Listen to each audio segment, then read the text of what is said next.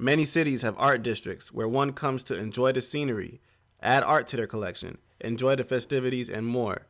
Soho in NYC, West Art District in Orlando, Wynwood in Miami, Broadway Art District in Liberty City, and more. In the middle of South Florida lies Fat Village, Maz District, downtown Hollywood, and soon to be Fad in Hallandale. Many of these districts tend to lie next to historic black communities, Sistrunk, Overtown, Paramore, West Hallandale, etc. Oftentimes, the new art one sees doesn't get done by the locals, but by foreigners. This film will highlight some of the black locals in Broward. Some you may know, some you may not. Art Beyond the Tracks tells the stories of these artists, their perspectives, as well as the future of art redevelopment, the good and the bad. Art Beyond the Tracks. Beyond these tracks and what some may call the ghetto, has raised the greatest artists of art tomorrow, painting their struggles in the world through their eyes. South Florida is where we call our home. From county to county, our history spills out, and the culture is sprouting, you see, sprouting like a beautiful flower growing through the concrete. We with JD RawTalent. Yeah. And all right, and the first question is, what got you into art and who inspired you? What got me into art? Could be a whole bunch of stuff. It's one of those feelings that you get, you know? It's nothing, it's not what got you into it, but it's more like so weird to explain. I've been doing it since I could remember, and I remember one day drawing behind my mom's Bible, and y'all know that's really, really bad, but I was drawing pretty good in those Bibles. It was crazy. So ever since then, I was like, yo, I'm gonna be an artist. As a child, I lived up north, so we used to go to the beach in Maine a lot. And when you go to the beach in Maine, it's just like a boardwalk. And there are artists all along the boardwalk painting. And I thought, this is really cool, and this is what I want to do. So I honestly want to say that influenced me. I had an uncle that used to draw a little bit, and back in the day they used to have matchbook covers. Now nobody smokes, so you don't see that, but they would have matchbooks, and it'd say, if you can draw this, you are an artist. So my uncle used to do that, and I would copy him from that. So I don't know, maybe that was an influence that between him and the painters on the beach in Maine. Well, that's an easy one because my brother is both. I used to see him draw when I was younger, and I was like, man, it's crazy how you gotta make your own little world out of your mind and put it on paper. So he has pretty much inspired me and got me into it. I've always appreciated art and just seeing how one person can change the feel of a place or a person or anything like that. I've always been fully intrigued with how you can change the appearance of something and give it a whole different feel. So that's what drew me to art. And just, there was a lot of women in my life that they were just independent and they just did their own thing and they were just very creative. Mostly in the hair salon that I used to work at, but they all just did like random little things as well. They were very crafty, so they motivated me a lot. My mother, she's very creative as well, and we're now working together on the line. So yeah, those were like my motivation people. Growing up, I noticed that a lot of what I was drawing were things that didn't look like me. You know, if you grew up on comics or anime or, you know, things of that nature, a lot of the characters don't look like you. Like Spider-Man's white, Superman's white, Batman's white. So we grew up drawing stuff that kind of didn't represent us, and I think subconsciously a lot of black artists knew that, and they started, you know, depicting things that kind of spoke more to us. So you're seeing kind of like a resurgence of black art where it just represents black people a little bit more. It's not just pop art or pop culture, you know, type of references and things like that. We're actually drawing different ethnicities of ourselves as well. You know, you see people who paint depictions of Africans and things of that nature. So I think it's actually a good thing. But that's pretty much how I got inspired and how I started and why I do it. I started art when I was about 8 years old. I was always painting stuff that I thought would, I don't know, I was always in another world pretty much. Like if I was watching a cartoon or whatever, if it was like Dragon Ball Z, like I just had to paint it. Even like when I go to watch movies and everything like that, if it inspires me, it's like, oh, I gotta go paint that or whatever. If it's a celebrity or like something that just like touches me, like, yeah. What got me into art really is the the image of creating your own style and your own flex. You feel me? In a way where nobody else can imitate. In a way. When I was young, I used to see people draw on the bus. I used to see people drawing on at the Central Terminal. I used to see, one time I saw this homeless dude and he was on a bus and me and my mom were sitting there and we had to go from the Central Terminal all the way to Miami. And this guy, he was holding up his notebook and I kind of looked over and I was like, dang, what kind of, and he didn't want to show me, but my mom was like, oh, my son likes to draw and he wanted to see, and he ended up showing me the images, and it's like, damn, you wouldn't expect someone from the streets to create such a beautiful image, and stuff like that kind of intrigued me, and I was like, you know what, I should try and do that. Nobody else has never done that, so. What got me into art was my first drawing that I did for my dad. It was a heart with a dagger in it, and when I found out that he passed away and I couldn't give it to him, it kind of put a damper on me not wanting to do art anymore, if that makes any sense. But then after a while, I kind of changed my mind and continued doing it, and it was kind of my thing, my little comfort zone away from everybody. So, and as far as anyone inspiring, everything inspires me. Life, everything. I've been doing art since I was a little kid. I've been doing art for over 20 years. What inspired me is my parents. You know, I guess it's in my background. My father did art. I grew up on it. It's all really started through animation, watching animation growing up, and I just kept pursuing it. Went to college, did graphic design, majored in graphic design, and over the last couple of years, just been doing art shows and events, and I started my clothing brand, Golden Piggy, through it. What got me into art was my father. My father's what got me into, like, when I was young, seeing my dad come in, you know what I mean, drawing like a whole scene from Star Wars in the back of a Papa John's box, though, really inspired me, though. Like, I always wanted to be just like my dad. Like, I said, yo, if he can do it, like, I wanted to do it. Like, I always had that fire in me, like, you know. So I tried, you know. I'm 5, 6 years old trying to, you know, to get to that level that he has amassed for like 30 plus years. So my father's what has inspired me, but what really got me into art was when I got hurt playing football and whatnot, blew my knee out, and didn't have nothing else. Like, I was at a dark period in time. It was like, yo, all I knew and all I was programmed was football, football, football. Like, my life was just like, yo, just football. You know, that's all it was. Once the scholarships went, yada, yada, yada, I had nothing. So what made me, like, feel better, you know what I'm saying, and whatnot, was just drawing. You know what I mean? Something that I've always done took me to a whole new level, like a whole new focus and a whole new mindset of how I look at things. And so it's like, that is what made me want to keep pushing the boundaries of myself and exploring myself as an artist and what I do as an artist. Hoping to see a change because there's enough room for you and me. We would like to see a change we can stand on, a solid ground for us to breathe, for us to express our creative dreams, to express the melanin in me, what it is to be walking in this state of being. There is so much culture bleeding, flooding over from across these tracks, but you wouldn't see it. The street man cleans it up before the sun sets. And right before the sun sets, another property in our neighborhood is brought, raising property value, and now it's all bought. Now the rent is high, families must leave, not able to afford to pay, so we're out on the streets.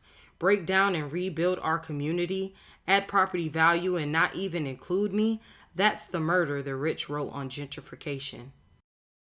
So gentrification is always a very, very touchy subject. And a lot of times, whenever you're seeing neighborhoods being redeveloped or revitalized, it often means those people who were living there before can no longer afford to live there after the sort of transformation happens. But through art, through affordable housing opportunities, there are ways to ensure that those who live there can also reap the benefits of a redeveloped, revitalized neighborhood. You're seeing a lot of that. There are different efforts that are happening, especially when you're talking about the historic Sistrunk area, that the MPF CRA is looking to do. Very similar sort of situations and different opportunities are being done in neighborhoods across the country, because gentrification is definitely an issue, and it's something that communities are not willing to tolerate or participate in, because they want to make sure that the history of those neighborhoods and the people who live there will continue to thrive and continue to flourish. And it's not just a cleanup, whitewashing, and then it becomes something new. It's all about maintaining the color, the flavor of the neighborhood as it continues to evolve and become cities, neighborhoods of the future that also become tourist destinations. We're starting to see it in Broward. Why? Because we're starting to see people throw beautiful artwork up on dilapidated buildings. But guess what the problem is? They're not from locals. So now you have international artists coming in and painting on these beautiful, once beautiful buildings, now creating these new beautiful renditions of these old buildings. And the issue has been that when you put an outside artist on a street in the middle of a city that has urban artists walking around every day, it's a type of disrespect. So this is where the gentrification clash comes in with the community. Because now you're inviting outsiders into your community to display their artwork, and you're burying the local artists in the community. We don't have a place to put our art. They're barring us out of their galleries because we're not experts, or we don't have international fame yet, so we can't get into the gallery spaces. Now all the dilapidated buildings that we have, we can't paint on anymore, because now they have some international artist who throws up art, and then the art is protected on the walls. You know what I'm saying? So we don't have a place to put our artwork anywhere. We're being pushed out of not only the art industry as it relates to galleries, spaces, and retail, but also in our own community. They're using art to revitalize neighborhoods, attracting more development dollar in, which later becomes gentrification. So the art revitalization can do two things. It either leads into gentrification, or it leads into us taking our streets back. Obstacles. You know, I'm a person that's a glass half full, so I don't really look at any obstacles. I don't really feel like there's, I would say, challenges. Obstacles, honestly, there's an art world here, whether it's a black art world or a white art world. It's an art world that you want to see if you fit in. And honestly, I'm doing this for the love of art for myself. So whether I fit in or not, people could sometimes say that might be an obstacle, but you know, I want to be the positive person, and I want to say I really don't feel like there's anything in my way at this point.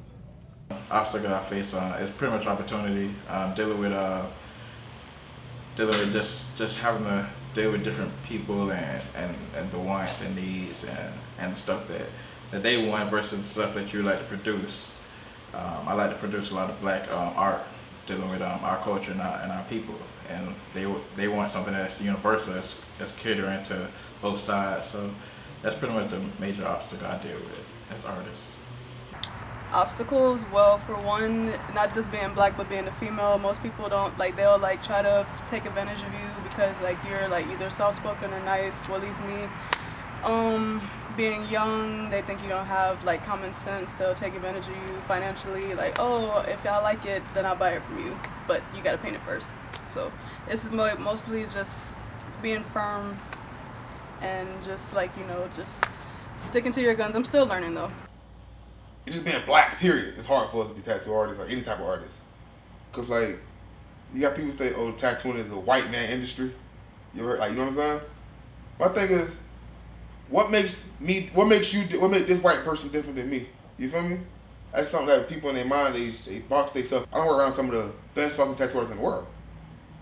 And because I'm black, because who I am, because I know art, you feel me? I know how to tattoo. And my thing is, you put yourself here, oh, this person, because he's white, he does this better than me, but yet, you better artist than him, what makes y'all different?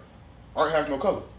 art has no race. There's no right or wrong way to do art. Now we need solutions of our own. Maybe we could come together and clean up our own homes. Start groups for the kids in the community so they have somewhere to go besides the streets. Somewhere to teach them there's more to life than what we see. So where do we go from here? How I grew up through art and finding an opportunity for myself through photography, woodworking.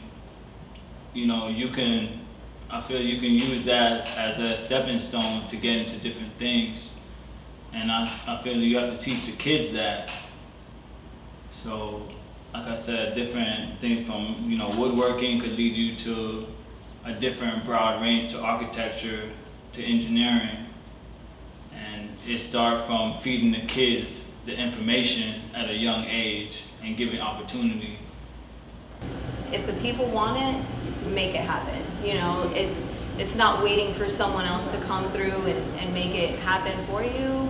I believe we all have the power to manifest what we want. So it's just, obviously that starts with education and empowering the people. So I think with that step, from there, the people will be able to make it happen on their own. I feel like it would help Black people in general to value art more. And let it know that it's a part of our culture and it's just as important as sports, as anything that you do doing your daily activity, as going to work, because art is who we are. It's not just visual arts, but it's music art, music, dance, all of that. It's who we are. It's something that we produce. So, and we can see the value in it, then we'll see the value in ourselves. But I also see that, again, supporting each other is important. Like, all the people that work for me are people of color. And I did it because A, they were talented, and B, it's an opportunity for them to grow their art. So it's support, there's support and connections.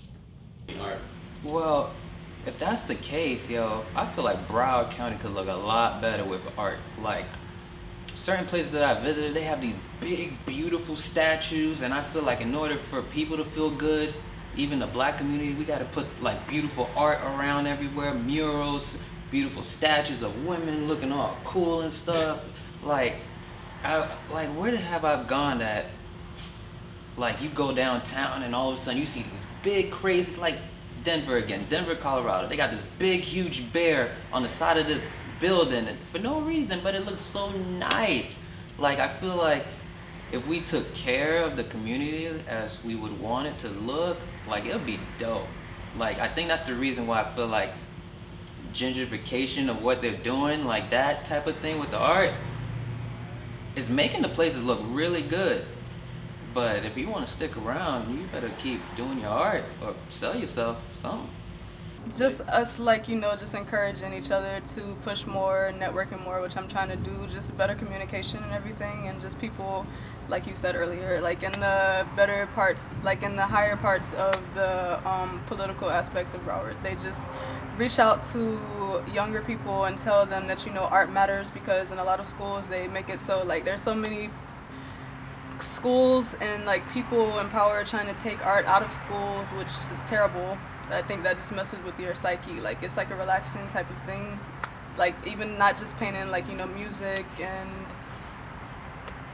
like, just performing arts and everything like that just needs to stay in the school. And if just people just saw the beauty of it a little bit more and just communicated more, then I think it could be like a really big influence to the youth. You don't have to wait for someone else to kind of come in and be the solution bringer. You can bring solutions to the table. You can be an active participant. You can be a developer. You can, gather your friends and family together and pool your money together and start to redevelop your block. There are ways to sort of bring your money together and to use it as a force to do what you wish to see in your own neighborhood. I think the best solution to basically focus on an anti-gentrification model using art would be to create the art collectives. Art collectives are a great organizing tool for art activism. We need lobbyists who understand how art is intricate in policy development. People don't even see those two things going together, but I just gave you an example of there being federal state funds allocated to revitalization. And guess what? They're paying painters to revitalize buildings. Now, they might not be putting art on it, but they're painting the building, meaning there's funding available for paint. So how that looks on the building is up to us to decide. Understood? Now, back to that. So we need the lobbyists. We need the arts organizers, people who are going to go around and find all the different collectives and say, hey, let's throw a conference. Let's do an urban art week. Let's do all of these different events that can somehow or another bring a platform to the Black artists here who are trying to revitalize and give us a position to speak on behalf of our communities and what we want to see. But if we don't have activism, we don't have a collective effort of artists working together, then we're left with opportunities, you know, that can just float up and be snatched by any developer who wants it, because they do have lobbyists involved and they do understand activism and they do understand policy and how arts can tie into that. So that's where we as a community have to get smarter and we have to work ahead of the developers. So how we do that is we get savvy on our policy level and our lobbying level and our activism level and our collectives. We build them and we come together and we find a formal focus, and then we take over our corridors and create an anti-gentrification model using art as the background. I think it can be done. I truly think it can be done.